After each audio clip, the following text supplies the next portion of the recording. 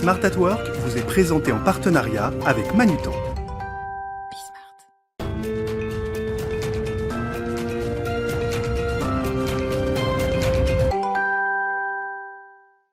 Bonjour à tous, bienvenue dans Smart at Work, votre émission mensuelle autour du concept du bien travailler. Alors ce mois-ci, je vous propose de nous intéresser de plus près à l'excellence opérationnelle et à une méthode pour l'atteindre que sont donc les OKR, Objective Key Results en bon français. Alors de quoi s'agit-il exactement ? Comment mettre en place cette méthode ?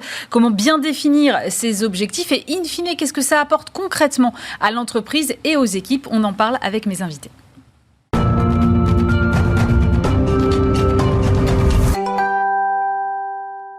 Et pour commencer cette émission, j'accueille sur ce plateau Antoine Dillon. Bonjour. Bonjour Aurélie. Vous êtes Regional VP Europe du Sud chez GTM Hub, qui est un éditeur de ces fameuses solutions OKR. Oui. OKR, donc Objective and Key Results, c'est sans doute quand même assez obscur, d'abord pour nos téléspectateurs, pour moi un peu aussi encore, même si j'ai bossé. Sur quoi repose cette méthode concrètement et en quoi permet-elle, selon vous, d'atteindre l'excellence opérationnelle ? Alors effectivement, OKR, c'est un acronyme qui nous vient des États-Unis et qui veut effectivement dire Objective Key Results. C'est une méthode qui est pas récente. Paradoxalement, les entreprises aujourd'hui y viennent de manière assez massive, mais c'est un concept qui a été créé par une personne qui s'appelle Andy Grove chez Intel, qui était un cadre chez Intel à l'époque, et qui a créé ce pilotage des équipes et des organisations par la fixation d'objectifs clairs. Voilà, donc en fait, OKR est devenu une méthode qui s'est imposée et qui a été démocratisée quelques années plus tard, en 2000, avec Google, qui a introduit en fait cette approche-là de pilotage par les objectifs et qui a porté l'organisation avec les succès qu'on lui connaît aujourd'hui.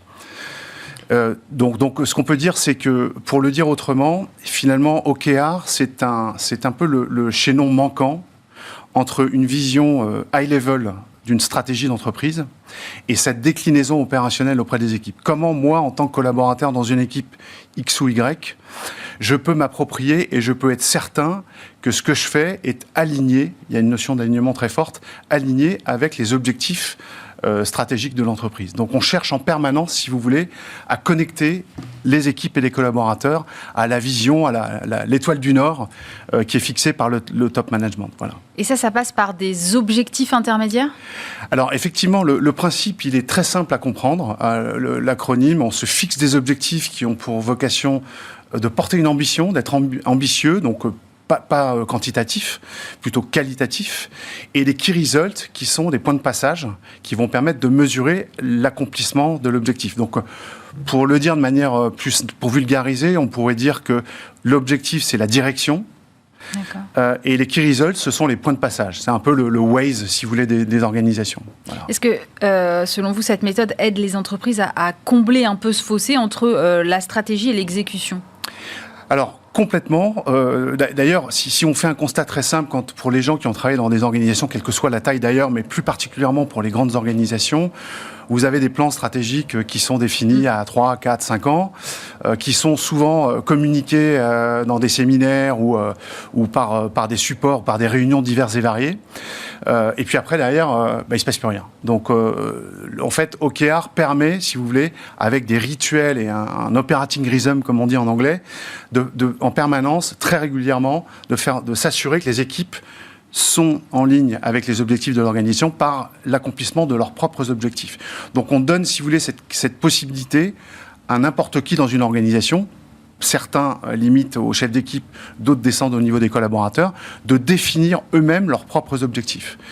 Donc si vous voulez, il y a une dimension aussi philosophique qui est importante, puisque finalement on va chercher aussi l'engagement des collaborateurs, et un développeur qui travaille sur des sprints 1, 2, 3, avec OKR, il va pouvoir lever un peu la tête et comprendre comment son travail s'inscrit dans un ensemble qui doit être aligné. Voilà. Ça repose aussi sur ces fameux objectifs clés là dont vous avez parlé. Oui. Si ces résultats clés là, si on les atteint pas, qu'est-ce qui se passe ? Alors ça c'est une question intéressante parce que il faut pas confondre Key Result et KPI. KPI, c'est ça. KPI, c'est ce qui s'est passé, c'est des indicateurs sur lesquels on n'a pas d'action possible, alors qu'un Key Result, quand il est défini par une équipe ou par un collaborateur, c'est par définition quelque chose sur lequel on a une action possible. Donc on n'est pas du tout sur les mêmes concepts, et c'est très important de comprendre ça. Et d'ailleurs, dans les initiatives OKR, dans toutes les entreprises, le point de passage obligatoire au départ, c'est de faire en sorte que les gens comprennent bien cette approche philosophique, cette dimension en fait très ambitieuse qui n'est pas fondée sur une sanction si on n'atteint pas un objectif, parce que par définition, OKR, on porte une ambition qui est volontairement très très ambitieuse justement. Voilà. Donc ça veut dire que ces points de passage obligatoires, ils peuvent être contournés ou reportés ? Alors, non, les points de passage, les key results sont des points de passage qui sont clairs, qui sont précis, qui sont mesurables et qu'on peut vérifier. Si vous fixez un objectif X et qu'un des key results, c'est je dois faire ci, et le résultat, c'est oui ou non, on n'est pas dans la philosophie des key results, on préférait avoir, voilà, on en est là à un instant T. Notre objectif, c'est d'aller là dans une période de temps X ou Y. Justement, on va voir comment on l'applique un peu sur le terrain en compagnie de nos deux autres invités dans un instant.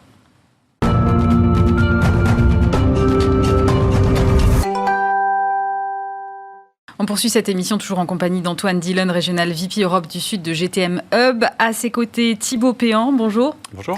Vous êtes directeur produit de Mr Temp Group, agence d'intérim digital. Vous-même, vous avez embarqué vos 800 collaborateurs et collaboratrices dans cette fameuse méthode OKR. On va voir comment. Et puis Antoine Compin, bonjour. Bonjour Aurélie. Directeur général de Manutan France et partenaire de cette émission.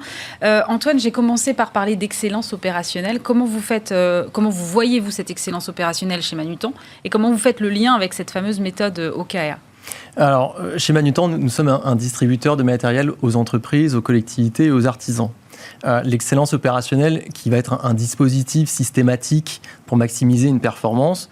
Alors, en fait, pour atteindre, bien sûr, la performance client, tenir nos engagements, tenir notre promesse auprès des clients. Dans un premier temps, ce qu'on a déjà fait, c'est s'assurer des attentes de nos clients, définir le parcours de nos clients. Est-ce que notre client vient parce qu'il a besoin d'un devis, il a besoin d'une information sur un produit, il veut passer une commande. Donc, on a écrit tout ça et la méthode de manière à pouvoir y arriver. Dans un deuxième temps, on s'est attelé à améliorer systématiquement cette méthode sur chaque aspect du process pour dire je vais essayer de faire encore mieux que ce que je faisais auparavant. Puis dans un troisième temps, on est effectivement parti sur une méthode, donc les OKR, dont vous avez parlé, qui va être un moyen d'aligner tout le monde sur un objectif commun et que chacun comprenne le rôle de la méthode et du process dans le métier pour contribuer à un objectif commun. Thibaut, qu'est-ce qui vous a poussé, vous, chez Mr Temp, à vous emparer de cette méthode ? Alors nous, en fait, on est un groupe de recrutement d'intérim. On est le seul groupe de recrutement à avoir allié le digital et l'intérim local, dans le sens où on a 170 agences implantées localement au territoire. Et puis, on a aussi développé toute une offre qui permet de digitaliser ce métier qui est vieux comme le monde. Là-dessus, derrière, on avait un enjeu parce qu'on est en très forte croissance. Le groupe existe depuis 2009, il a toujours été rentable. On fait aujourd'hui 300 millions d'euros de volume d'affaires et on fait encore 30% de croissance chaque année. Donc, on doit intégrer près de 150 personnes cette année. Et on avait un enjeu de communiquer notre ambition qui est d'aller toujours plus haut et de pouvoir l'intégrer et la diffuser dans les équipes. Et ça, la méthode OKR qui permet d'avoir à la fois ambition, transparence sur les enjeux et les objectifs qu'on se fixe pour l'ensemble des équipes et aussi une cohérence et un alignement de l'ensemble des équipes pour aller tous dans la même direction. Et ce qui nous semblait vraiment important dans le sens où on a une mission qui est de donner un job aux gens, à un maximum de personnes, de servir nos clients du mieux possible. Et on veut que ça se diffuse du plus haut niveau jusqu'au plus bas. Et la méthode OKR est vraiment efficace là-dedans. Antoine Dillon, par quoi on commence quand on veut mettre en place cette méthode dans une entreprise ? Alors c'est évidemment une très bonne question. Il faut déjà, ce que je voudrais dire en introduction, c'est qu'il faut se lancer. Il faut se lancer. Les OKR, c'est un concept qui n'est pas compliqué à comprendre. C'est plus difficile à mettre en œuvre, tout simplement parce que quand on demande à quelqu'un de définir ses objectifs professionnels, souvent il y a le syndrome de la page blanche et c'est là que les problèmes commencent. Mais une fois qu'on a commencé, qu'on en a fait 1, qu'on en a fait 10, après, ça devient automatique et les gens prennent assez vite le rythme. Je dirais qu'il faut commencer par convaincre le top management de l'organisation, quelle que soit sa taille d'ailleurs, parce que OKR, c'est cross-industrie, c'est toutes les industries et toutes les tailles d'entreprise qui peuvent en bénéficier. Voilà, je dirais que c'est la première étape, c'est vraiment d'avoir une conviction profonde au niveau du comité de direction ou du board avant de lancer une initiative comme ça. Antoine Compin, comment vous avez procédé chez Manutan ? Alors, je rejoins complètement ce que disait Antoine. Ce qui nous semble être important, c'est de réécrire, de repenser, si ça n'était pas déjà fait, la mission de l'entreprise. On s'est rendu compte que quand on a commencé à défricher les objectifs de certaines équipes, les projets, les actions, en fait, qu'il était important déjà de repartir d'une vision beaucoup plus macro de quelle était la mission de l'entreprise. Donc, Manutan avait déjà défini sa mission comme étant entreprendre pour un monde meilleur. On s'est appuyé sur les 3 mots. Entreprendre, c'est le goût de l'entrepreneuriat, c'est faire agir. Le monde, c'est l'ensemble de notre écosystème, nos clients, nos fournisseurs, nos collaborateurs, la planète. Et puis, dans la notion de meilleur, il y a cette notion d'amélioration continue. On a bien redéfini, reparti de notre mission pour ensuite se dire, compte tenu de notre mission, quelle va être notre ambition ? Et c'est là qu'on a défini 5 objectifs, qui sont donc des ambitions qualitatives. Et ensuite de ça, et je pense qu'on va le voir au fur et à mesure, on a travaillé les résultats clés permettant d'atteindre cette ambition. Alors allons-y, c'est comment on les décline après, ces résultats clés ? Alors, une fois qu'on a défini 5 ambitions, je vais vous donner un exemple. Nous, on a dit que dans une de nos 5 ambitions, un de nos 5 objectifs, c'est faire de Manutan une entreprise encore plus responsable. Vous voyez que ce n'est pas mesurable dans le soi, mais ce n'est pas l'objectif. Le key result, le résultat clé ou les résultats clés qui vont être dans cette ambition-là vont être par exemple d'obtenir une part de chiffre d'affaires de nos produits qui sont des produits éco-responsables. Donc on a fixé un pourcentage, je ne dirais pas lequel, mais on a fixé un pourcentage ambitieux qui est donc un résultat clé en se disant si nous y parvenons, nous contribuerons à l'objectif qui est de faire de Manutan une entreprise plus responsable. Et ensuite, chaque équipe s'est emparée de ce résultat clé. Par exemple, l'équipe du marketing de l'offre produit va dire pour pouvoir faire en sorte d'avoir autant de chiffre d'affaires par ces produits-là, il faut que j'arrive à trouver X fournisseurs qui vont me permettre d'alimenter mon catalogue produit. Et puis l'équipe marketing produit va dire pour arriver à ces résultats clés, il faut que X% de mes opérations marketing client contiennent au moins tant de produits éco-responsables. Et vous voyez bien que ces 2 équipes différentes dont les missions à la base ne sont pas les mêmes, elles vont contribuer chacune à l'obtention d'un résultat clé différent, mais qui va contribuer au même. Antoine Dillon, pour compléter ce que vient de dire Antoine, comment ça se passe concrètement ? C'est-à-dire que ces résultats clés-là, ils ont un horizon de temps ou au final, c'est quelque chose vers lequel on doit tendre, mais bon, l'horizon de temps peut être flottant ? Alors clairement, il y a une échelle de temps, il faut que ce soit séquencé dans le temps, il y a les temps stratégiques, il y a les temps tactiques, qui sont souvent le découpage d'un temps plus long. Et donc les objectifs, ils doivent être reliés à une séquence de temps. Ça, c'est effectivement très très important. Ça fait partie des best practices qu'il faut absolument respecter. Ouais. Thibaut, comment vous avez déployé ça et comment vous l'avez fait comprendre cette méthode à vos équipes ? Alors nous, effectivement, comme vous le décriviez, on est parti du plus haut, au niveau du comité exécutif. On a convaincu chacun des patrons, pour qui ce n'était pas forcément intuitif, mais qui ont embrassé cette méthode. Et puis après, on l'a déployée dans les équipes. Et donc, chacun des patrons était responsable du déploiement. Et on a fait travailler les équipes autour d'ateliers aussi pour déployer cette méthode OKR. Et aujourd'hui, nous, ce qu'on constate, c'est que cette méthode a permis d'engager les équipes, de les responsabiliser et surtout de faire le lien sur le sens, pourquoi ils travaillent aujourd'hui. Nous, on avait un objectif qui était d'avoir 12 000 intérimaires en poste à la fin de l'année. C'était hyper ambitieux par rapport à l'année 2021. Et chacun, derrière, voit que son action qu'il est en train de faire va se rattacher à cet objectif global qui donne énormément de sens, qui est « Ok, je travaille sur cette tâche-là. Si je n'avais pas eu cette méthodologie-là, je n'aurais pas su que ça servait à ça, quelque part. » Et donner du sens dans le travail quotidien à l'ensemble des équipes. C'est très intéressant cette question du sens, parce qu'on sait qu'aujourd'hui, c'est ce que veulent, en tout cas ce que semble vouloir beaucoup la jeune génération. Ça veut dire que plus tard, ça peut être un argument pour vous en termes de recrutement, en termes de marque employeur ? Je pense que oui, puisqu'on voit aujourd'hui qu'il y a la quête de sens dont on parle beaucoup dans nos recrutements. Là, cette méthode-là permet d'avoir une vision stratégique déjà écrite, partagée, communiquée et donc claire. Et l'appropriation, je rejoins Thibaut, l'appropriation de chacun sur le sens de sa mission à la contribution de la stratégie de l'entreprise. Donc en termes de sens que l'on donne au travail de chacun, c'est important. Et puis ce qui est important aussi, c'est ce que chacun va pouvoir apporter, chaque équipe va pouvoir apporter en termes de contribution dans le plan d'action. Parce qu'une fois qu'on a défini des résultats clés à atteindre et des ambitions qui sont au-dessus, on laisse l'autonomie et la possibilité quand même aux équipes de dire il faut qu'on trouve ensemble les moyens d'avoir des actions qui vont permettre d'atteindre ce résultat clé. Donc on laisse à la fois cette autonomie et cette capacité de prendre les rênes, j'ai envie de dire, pour que chacun ait le sentiment de contribuer avec réflexion, partage, collectif. L'autonomie, c'est un facteur clé, Thibaut ? Très important, ouais. Effectivement, c'est donner la direction, comme on disait, le GPS. Mais après, le chemin pour y arriver, c'est les équipes qui vont le décider. C'est-à-dire qu'il y a 5 projets qui peuvent contribuer de la même manière à un objectif. Et l'équipe va juger ou analyser celle qui aura le plus d'impact ou qu'elle est le plus à même de réaliser dans le temps imparti pour réaliser cet objectif. Antoine, il faut des outils. Une fois qu'on a... Parce que là, on a une méthode, ok, mais après, finalement, de façon opérationnelle, il faut des outils pour la déployer. Alors, je ne vais pas vous dire le contraire. Oui, j'imagine bien. Une plateforme qui permet justement de porter ces initiatives à l'échelle. C'est ça qu'on fait, nous, en enlevant un certain nombre de frictions. La réponse est oui. Souvent, en fait, les entreprises qui viennent nous voir, elles sont passées par cette phase où...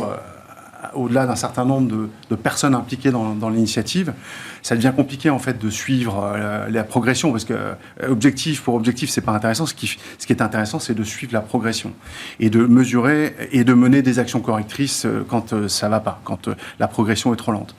Nous en fait chez GTME, ce qu'on fait c'est qu'on prend souvent le relais des Google, des Sheets ou des PowerPoint ou des Excel. On commence comme ça. Je vois bien, oui. Et c'est tout à fait bien, mais voilà, en termes d'adoption, ça rencontre assez vite des limites.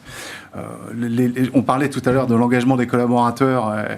Et voilà, l'adoption, c'est vraiment un sujet qui est critique dans toutes les organisations.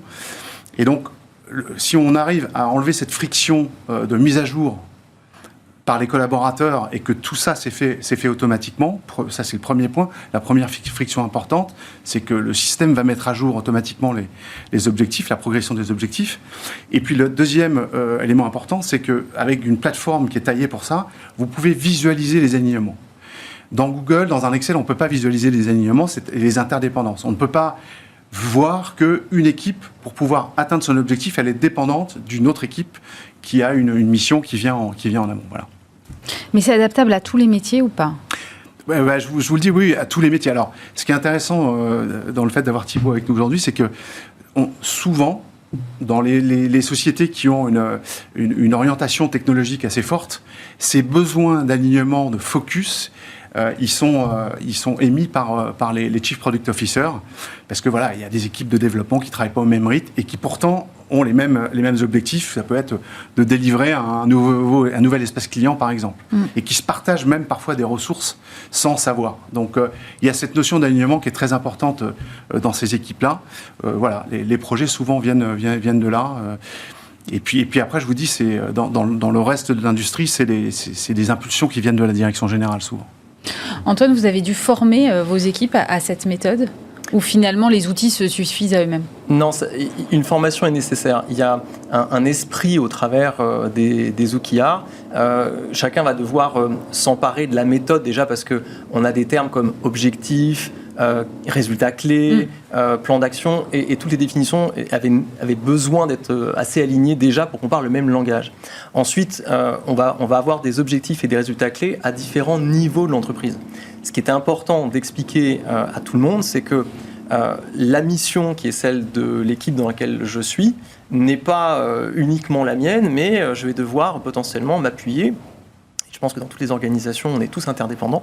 Je vais devoir m'appuyer et partager et contribuer, déjà partager mes résultats, mes avancées, mais me rendre bien compte que mes priorités sont les mêmes que celles de mes voisins qui sont à côté.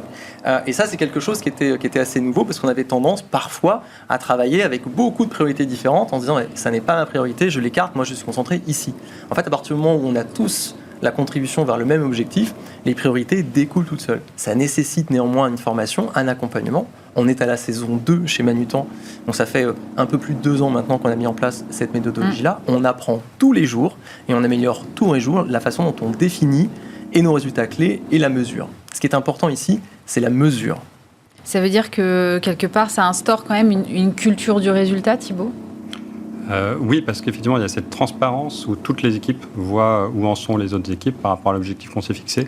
Alors nous, on n'a pas encore d'outils. On est encore au Google Sheet. C'est la deuxième année aussi qu'on va intégrer. Mais la conviction qu'on a, c'est que par le fait qu'on en a parlé régulièrement à des meetings avec l'ensemble des employés derrière pour faire le suivi derrière et que chaque équipe sache où en sont les autres donc ça crée une puissance positive pour l'ensemble de l'entreprise. Et surtout, tout le monde va dans le même sens. Que là où je rejoins aussi, c'est sur toutes les priorités qu'on peut avoir. Toutes les équipes ont leurs priorités. Le fait d'avoir aligné au niveau central et de relier ça à la vision et à la mission qui est pour nous de donner un job à un maximum de gens. Et comment on le fait, on a décidé qu'il fallait le faire.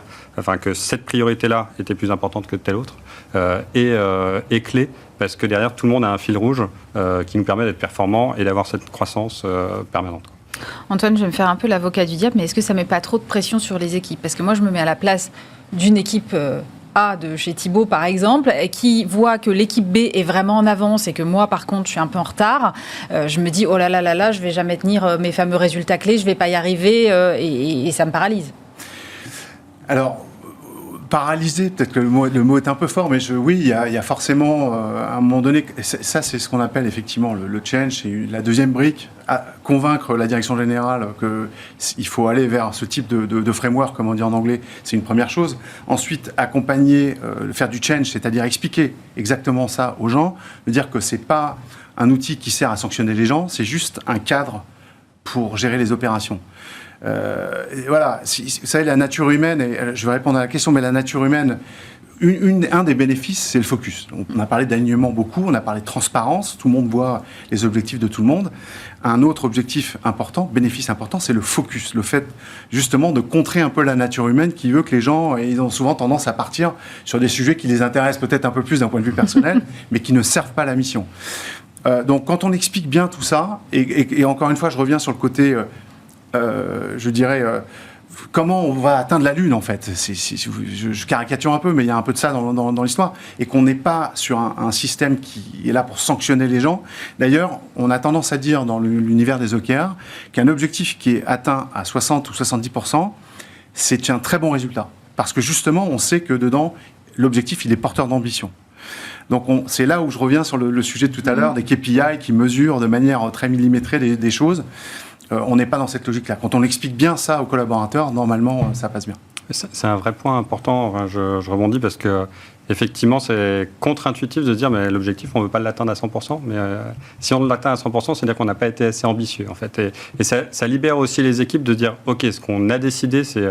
Si on arrive, c'est un truc incroyable, mais si on n'y est pas, on a déjà fait une part du travail. Je préfère atteindre 70% d'un objectif très ambitieux que 100% d'un objectif où on a pris ceinture bretelle et on n'avance pas, quoi. Et donc c'est là où, derrière, ça nous permet de fixer avec les équipes sky is the limit, on va derrière attaquer l'Italie, l'Allemagne, l'Espagne, parce qu'on s'en sent capable. Et si on n'a pas ouvert l'Espagne mais qu'on a ouvert l'Italie et l'Allemagne, c'était déjà incroyable, quoi. Si on s'était dit on fait que l'Italie, on n'avance plus. Enfin, voilà, c'est peut-être un exemple. Alors, je rejoins déjà Antoine et Thibaut sur ce sujet. Un point qu'on oublie parfois de mentionner, c'est une méthode qui permet effectivement d'aligner et de mesurer. Il est important de dire qu'on demande aussi, et on attend à ce que nos collaborateurs prennent le lead, fassent preuve d'autonomie et des idées, innovent sur leur métier, bien sûr dans le cadre de l'atteinte des résultats sur lesquels l'entreprise s'est focalisée, mais on a aussi besoin de leur dire l'erreur et l'innovation sont des jumelles inséparables, prenez le lead, soyez entrepreneurs, testez de nouvelles choses, on a tous le droit à l'erreur et le meilleur moyen d'atteindre nos ambitions, c'est d'aller de l'avant et tester des éléments. Donc oui, il y a des résultats clés, oui on les monitore, le plus important c'est collectivement être aligné sur ce qu'on fait et les priorités en faisant preuve d'innovation et d'esprit collectif. Est-ce que c'est compatible, parce qu'ensemble on a déjà parlé de lean management, alors est-ce que c'est compatible avec d'autres formes d'autres méthodes en tout cas, parce que je me dis au bout d'un moment si on accumule toutes les méthodes, et comment tout ça peut garder une cohérence?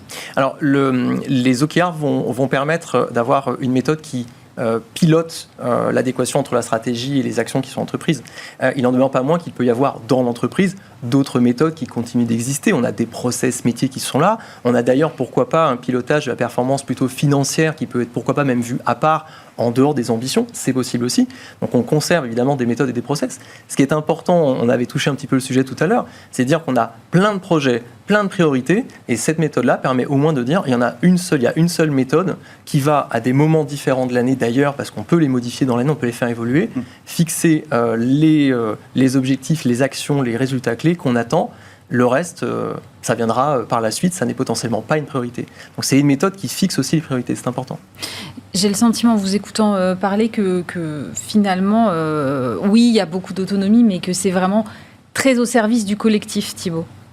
C'est primordial. Enfin, la vision du groupe doit rester l'essentiel, c'est-à-dire fournir le meilleur service pour nos clients, pour nos candidats. Il ne faut pas que les gens se trompent de combat parce qu'ils doivent remplir leur OKR. Vraiment, si l'OKR a bien été fait, on est convaincu que ça va contribuer de ce point de vue-là pour l'ensemble des collaborateurs. Donc effectivement, c'est un point important. Ouais. Ça sert la productivité, Antoine, des entreprises ? Oui, ça sert à la productivité des entreprises parce que si on a un rituel qui est bien en place où les gens prennent l'habitude, les OKR d'ailleurs viennent à eux avec des technologies qu'utilise Manutan, d'ailleurs on les en remercie. L'objectif c'est effectivement d'aller s'intégrer dans les systèmes qui sont utilisés au quotidien par les collaborateurs. Donc si j'utilise Slack, Teams, je vais avoir des OKR qui vont venir à moi, je ne vais pas être obligé de me connecter sur une énième plateforme. Là je reviens au sujet de l'adoption de tout à l'heure. Oui, effectivement, ça améliore la productivité parce qu'en permanence, en fait, on voit quels sont les indicateurs. Et j'ajouterai une chose, un de nos objectifs à nous, c'est de faire en sorte aussi que ça devienne ludique. Vous savez, je vais très rapidement prendre le parallèle avec les gens, les super contributeurs dans les grosses communautés de consommateurs qui, dès qu'ils se lèvent le matin, c'est 2% à peu près, 2-3% des gens, ils se lèvent le matin, la première chose qu'ils font, c'est d'aller voir s'ils sont toujours dans le top 5 des gens qui contribuent le plus. OKR, en fait, nous, on a, avec des plateformes comme la nôtre, on a aussi cette vocation-là de rendre la chose un peu ludique. Donc oui, ça améliore la productivité sans aucun doute. Antoine, on a parlé d'excellence opérationnelle au début. Finalement, avec les OKR, l'excellence opérationnelle, on se rend compte qu'on ne l'atteint jamais et qu'on est dans ce process d'amélioration continue. C'est même, honnêtement, si on devait garder quelque chose, c'est ça l'idée, c'est de se dire, on fait déjà beaucoup de choses, donc on fait en sorte de les prioriser, mais l'idée vraiment est de s'améliorer et de faire avancer systématiquement nos projets pour, déjà, nous, c'est entreprendre pour un monde meilleur. Ça passe évidemment par satisfaire nos clients, nos collaborateurs, nos fournisseurs. Et donc, on est dans cette démarche-là constante. Alors, il faut que ce soit dans les gènes, dans la culture d'entreprise, mais excellence opérationnelle, amélioration continue et OKR font très bon ménage. Merci beaucoup Antoine Compin, directeur général de Manutan France, Thibaut Péan, directeur produit de Mr Temp Group et Antoine Dillon, régional VP Europe du Sud de GTM Hub. On se retrouve bien sûr le mois prochain pour un nouveau numéro de Smart at Work. Smart at Work vous a été présenté en partenariat avec Manutan.